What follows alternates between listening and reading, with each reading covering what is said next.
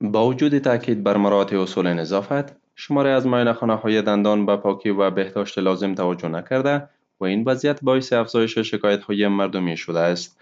مسئولان ریاست صحت عامه غزنی میگویند بررسی‌های آنان با هدف تأمین سلامت عامه و تطبیق معیارهای تعیین شده صحی انجام شده که در جریان این نظارت‌ها داشتن جواز فعالیت، وضعیت بهداشت محیط، ابزار و وسایل طبی، شیوه ضدعفونی و رعایت اصول مسلکی به گونه دقیق ارزیابی می‌گردد.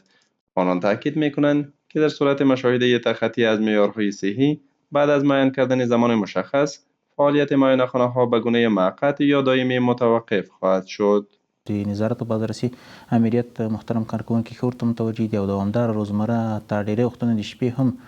خصوصي سکتور څخه له معاینهخانو له کلینیکونو شفاخانو څخه نظارتونه کوي په نتیجه کې هغه د هغوی نیمګړتیاوې ورته ښیي او سپارښتنې ورته کوي انشاءالله الرحمن ډېری اشخاصو خصوصا ډاکټر صاحبانو چې په مسلکي برخه کې کار کوي هغوی تعهد هم کړی دی چې په راتلونکي کې به دا ستونزې مشکلات انشاءالله رفع کوي. از سوی دیگر برخی دکتران دندان در غزنی با تاکید بر رعایت اصول صحی و معیارهای مسلکی میگویند که همواره تلاش نمودند خدمات صحی را مطابق نرم‌های تعیین شده ارائه نمایند. بیشترین دکتر صاحبایی که هستند در ولایت غزنی از لحاظ مسلکی و از لحاظ معیارات بخش دندان انشالله فعالیت درست دارن و تا حدی که ما در جریان هستیم تقریبا 5-6 سالی که ما در بخش طبابت دندان کار میکنیم از خود ما و همچنین دکتر صاحبی که ما بهشون در تماس هستیم بیشترین طبقه‌ای که مردم به اونا مراجعه میکنن راضی بود. خواهش ما اینمی از با تمام دکتر صاحبای دندان ولایت غزنی که همین شرایط سیپسی و آنتیسپسی را در نظر بگیرن و کلینیکای خود معیاری کنن تا بتوانند یک مصدر خدمت واقعی برای مردم رنجیده ولایت غزنی شوند.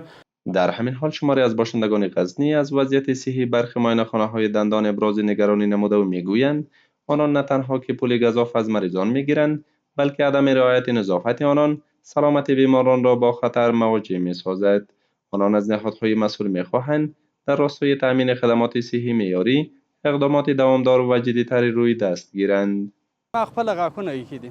هلته چې کوم سامان دی لري د غاښو لپاره صحیح ده دې سامان باندې زه خبر وم ځکه چې زه خپله ورته ناست وم د درو نفرو کار یې په وکړو په اخري څلورم نفر زه سوم د ما د غاښو کار یې هم په وکړو صحیح ده بیا کومې پنبه و شیان چې وه دا دلته پر دغه ورته پرتې وې دغسې یې غورځولې صحیح ده دا خو هم چټه لال و صحیح ده او بل ګراني یې تر کومه اندازې وه صحیح ده دا یو پوک یې ماته لګولی ده په 2500 افغانۍ. الله خواست از دولت همیه که اول که در حساب جواز باید کلی زیاد جواز داشته باشه در مراعات سلسله ضروریه باید وسایل خود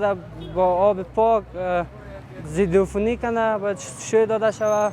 که چون مریضی از این مریض در دیگه مریض انتقال نیافته. مسئولان ریاست صحت عامه غزنی می‌افزایند که روند نظارتشان به صورت منظم ادامه خواهد داشت و شهروندان نیز می‌خواهند در صورت مشاهده تخطی‌های صحی شکایت‌هایشان را از طریق مجاری رسمی با این اداره شریک سازند.